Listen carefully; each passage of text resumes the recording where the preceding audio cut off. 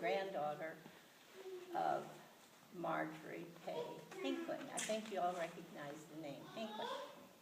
And this is her story, as she lived in England too, and she got on the, her family joined the church there. The missionaries had met with them. And they joined the church, and they also were going to come to try to go to Salt Lake. So they all got on the ship Horizon, like 900 of them at this time when it came. And as he told, they ended up in Iowa City, and there they tried to get all their stuff together to make the trek. And as they did that, because of the hardship on the ship and all the stuff that went on, their little 2.5-year-old daughter died. And that was their first bad incident. And so then they went on,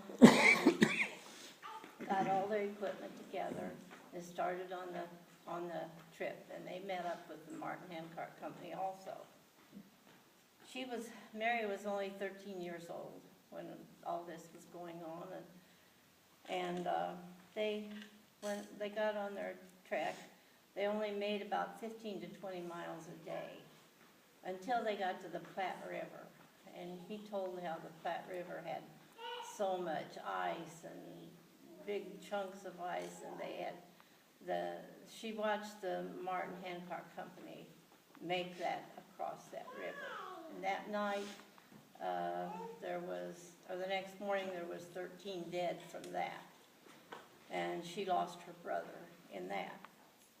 Well, then they run into some real heavy snow. And like he said, they couldn't make put a tent up, the ground was too hard. And so they had to brave that snow. And Mary said that she got lost in it, and when they found her, her feet were frozen, and they rubbed her feet with snow and put her feet in a bucket of water and tried to help her in that way, but the pain was very, very intense. And when she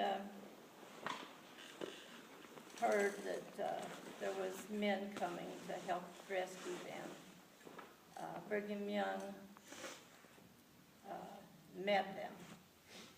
And when he saw the shape they was in because of the snow, he cried.